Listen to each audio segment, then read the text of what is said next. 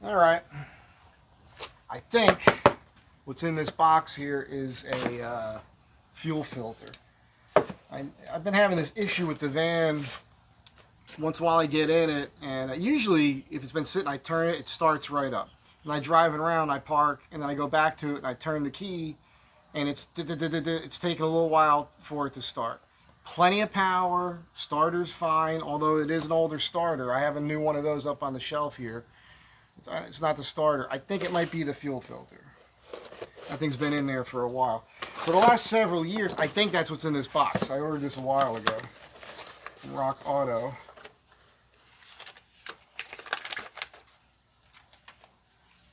No, this is a heater door actuator. Okay, so that's another one of those.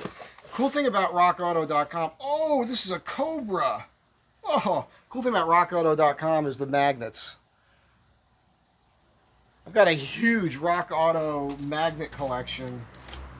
All right, let me find the filter first, and then we'll continue this.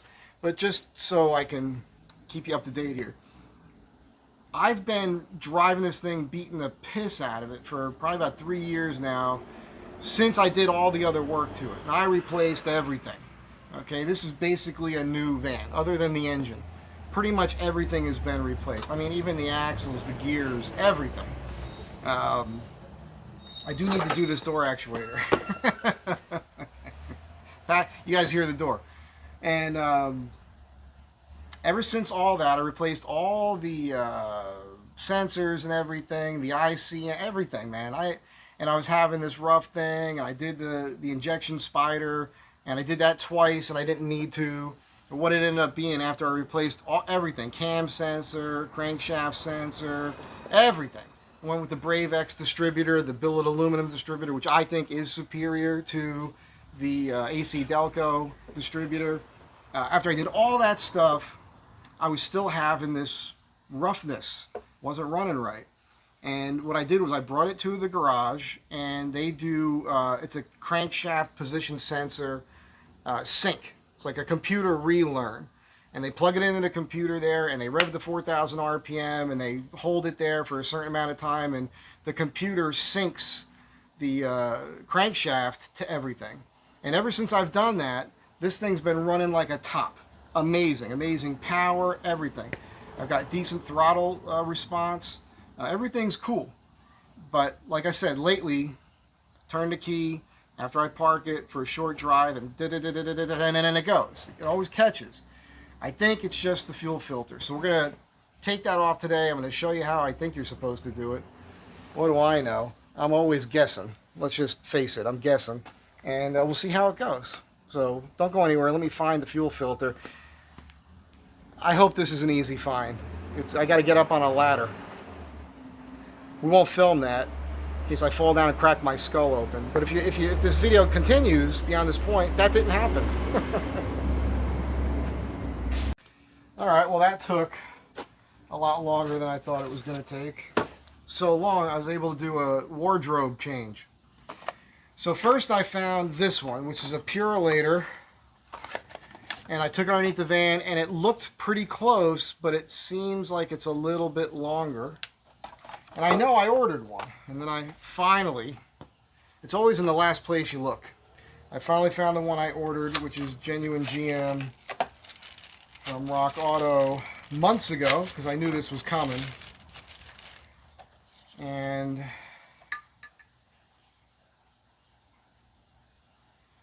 I mean, these look pretty close to the same size to me.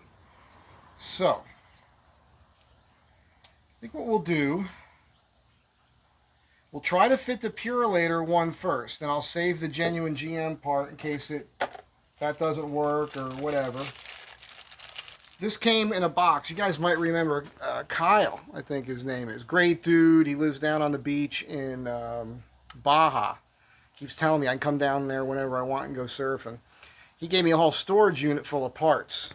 And this is one of those parts. And they're all supposed to be for the 2004 Astro van. So let's see if that works. One of these wrenches would be helpful if you have one. This is standard, so it won't fit. I think it's a 16 millimeter nut on there. that screws into this, and I probably have a 16mm wrench, but I don't feel like getting my big toolkit out, and I think the 17 will be enough to do the job. Don't do what I do. An adjustable wrench will be handy because you're going to want to put it on here and hold that while you're tightening the line into there. But let's start off with what you really got to do first. I've already got my hood popped, but for those of you that don't know, hood release is right here. And you want to lift this up here. First step is really to relieve the pressure in the fuel line. It's interesting because the manual wants you to do all this other stuff, which just seems like too much work. Pull this fuse right here. All right, I'm going to put that right here. Remind me at the end of the video that I placed that there. Now we need the keys. I'm so pro. Mike Z's so pro. Pat, I got to do a Mike Z's so pro, but it's got to be rocking, dude. Now we're supposed to turn the key 3 times without turning the engine on. 1, 2, 3. We'll do it a couple more times. And so that is supposed to depressurize the line. We're about to find out. All right. Hey man, I watched somebody else do it. This is for the fuel that's going to fall out. Most of it's going to drip on my face. Might be good for the beard. I don't know. Let's see if we can show you what's going on under here.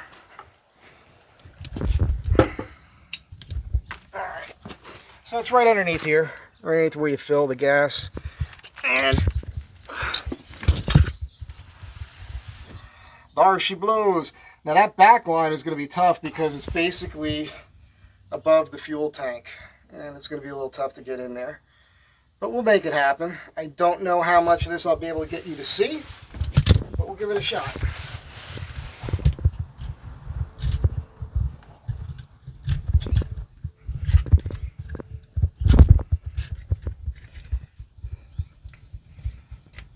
Adjusting the camera as we go here. Oopsie. That is not going to work, fellas. It wants to... Hopefully... I really can't see what you can see. Oh, I can see. Let's see if that'll wake.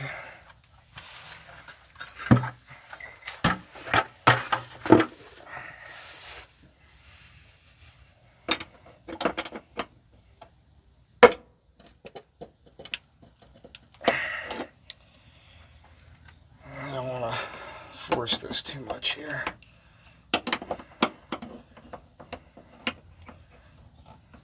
Lefty loosey, righty tighty. Oh man, I'm gonna have to get the right size wrench because I'm really cranking on that. Whoever put that in there really put that in there. All right.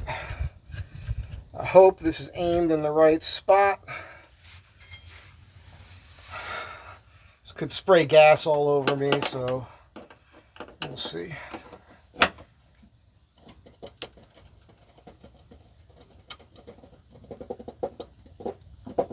I cannot get that to turn.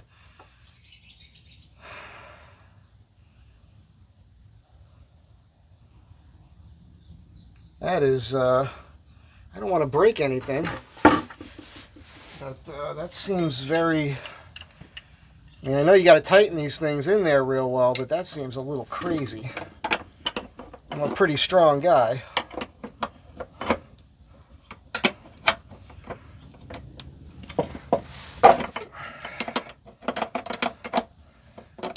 Did that go? It turned, okay. That's all you do. So that's what's important. I hope you guys caught that. Here comes the fuel. Okay, so it looks like the depressurization worked, which is good.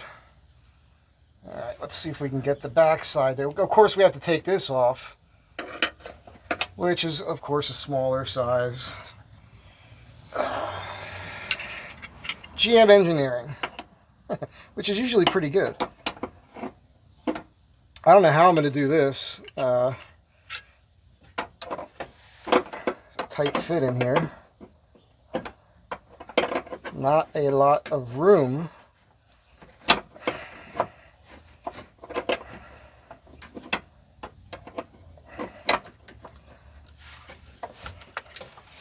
Ah! Oh, that got me. All right. I got some fuel in my eyeballs there.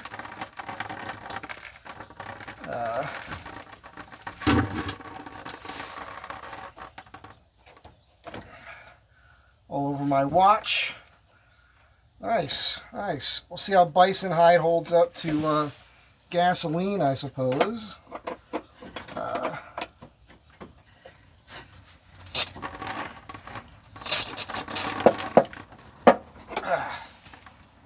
Yeah. All right. You know what? Let's let this drip out here. I'm going to have to deal with this. I don't know if I want to deal with it all on camera because now I'm making a mess. It's okay. It's not the first time. I'm going to work in there. You guys are in the way. The bucket's in the way. I've got to figure out a way to get a wrench on that, basically on the filter itself, and hold that in place while I crank on it with the wrench. So give me a second. It's a beautiful day. I'm so pro. All right, so I had the whole screen turned around the whole time there. Apologies. That's crazy. Oh my God. That's pathetic. I got to eyeball this and see what I can use from this clip. Anyhow, I just got that out of there. It wasn't that difficult. It's the initial crack, you know? Like, it's so tight. Once you crack it free, it just finger spins out of there. It's just about getting the adjustable wrench on the nut that's on the filter and then figuring that out. And it was difficult to do with you guys in the way. Stay out of my way. All right, we're going to put this back in. Put the new one in. And hopefully you guys can see some of that. It's kind of... Jesus. You guys don't know how difficult this is sometimes, just trying to set this up. I'm trying to keep it so the camera will stay upright. And of course I can't see what you see, but hopefully that is aimed somewhat in the correct direction. And let's put the out. Goes like this. There's an arrow that goes pointed towards the front of the vehicle. I'm looking behind the camera now. I gotta put my head in here. This is where it goes. Okay, we can see a little bit there. So arrow goes pointing towards the front.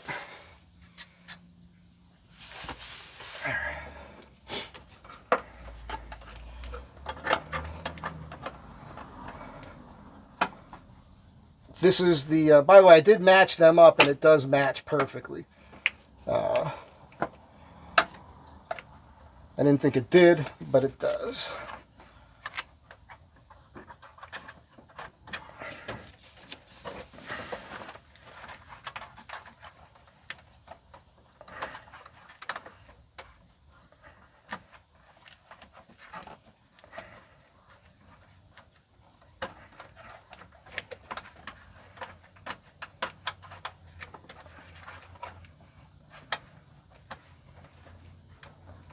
I've been putting this off because it's a pain in the ass.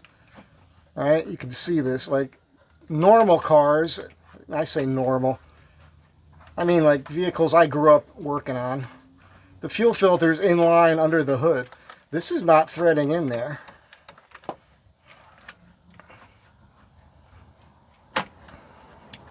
That shouldn't be that difficult. It should go right in. This should thread easily. It is not threading easily. It is spinning out.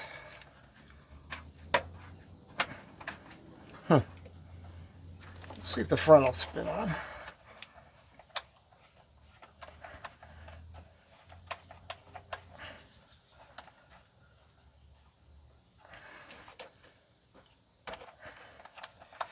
You know what? Let's try the AC Delco. I'm not going to fiddle fuck around with this. There might be just something wrong with the threads. I could be wrong, but we're going to find out. Okay, yeah, so yes. That's what it was. I just put the back one on. And let's get the front one in. So that Purelator, the threads did not want to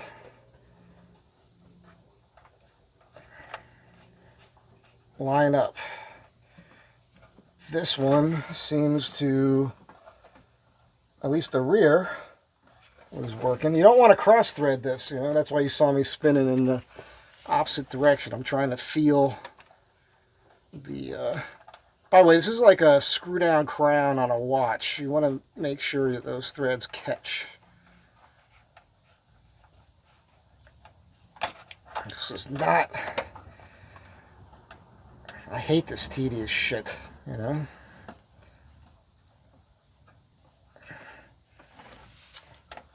And I don't want to, and the rear one screwed right in there. Maybe it was just me.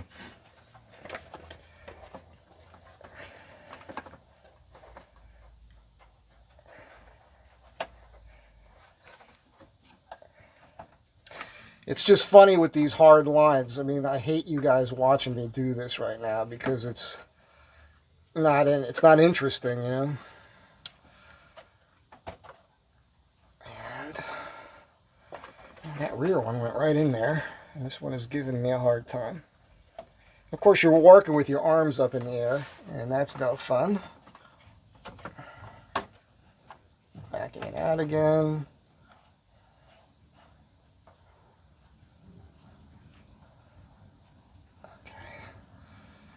Feels like it's in there.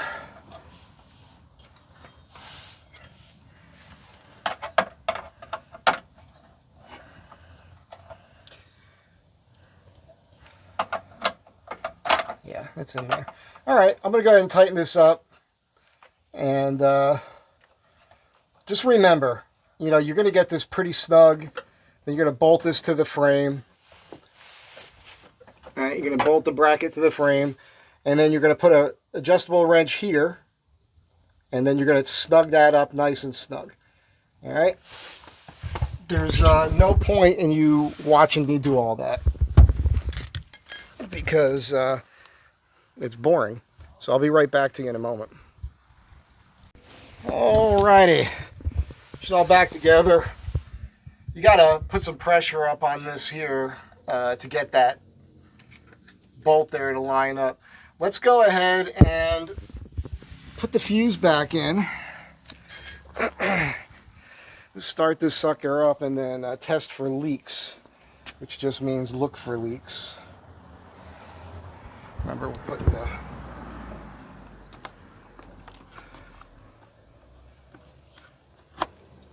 Alright, so that's back in place. Of course, I'm filthy. Now, I saw a video on this, which means you don't have to watch my video. Probably shouldn't. You probably should watch somebody else's video. I'm just here for comic relief. You guys can just make fun of me here. That's basically what's going on. So you're supposed to turn the key 3 times without turning the car on. I just heard the fuel pump.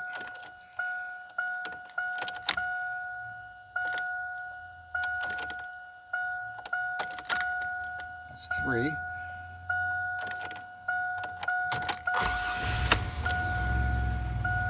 Alright, she started up nicely. I don't see anything leaking.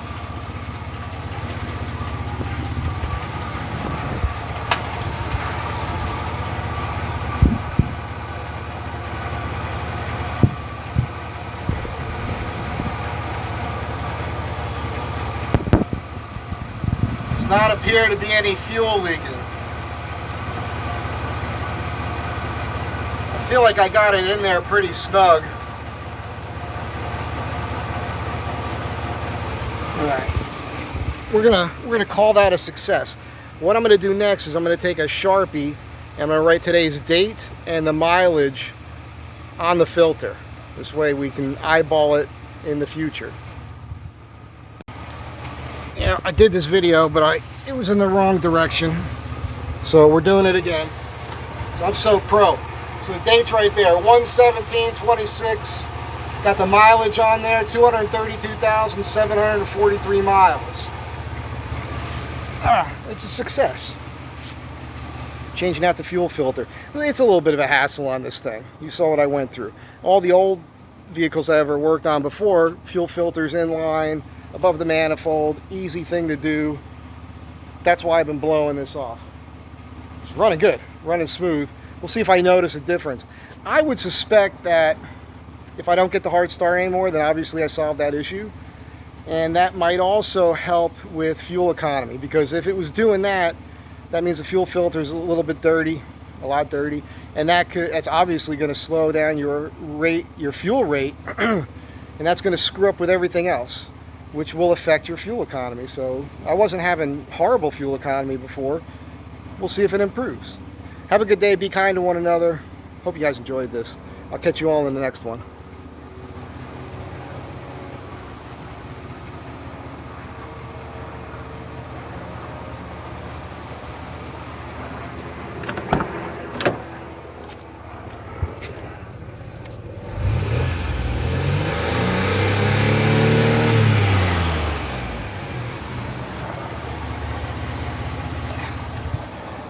We're good.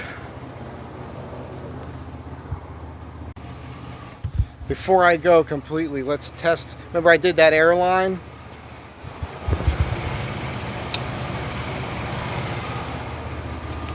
All right, nothing. That means it's holding air. I haven't taken it on the highway yet since I've done that, so next highway drive I do, we'll test it again, but I think we solved that problem too.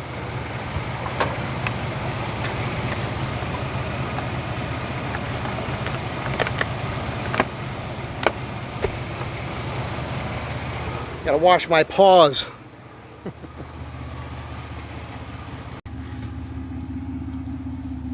That's the fuel. I shouldn't have signed off so quick.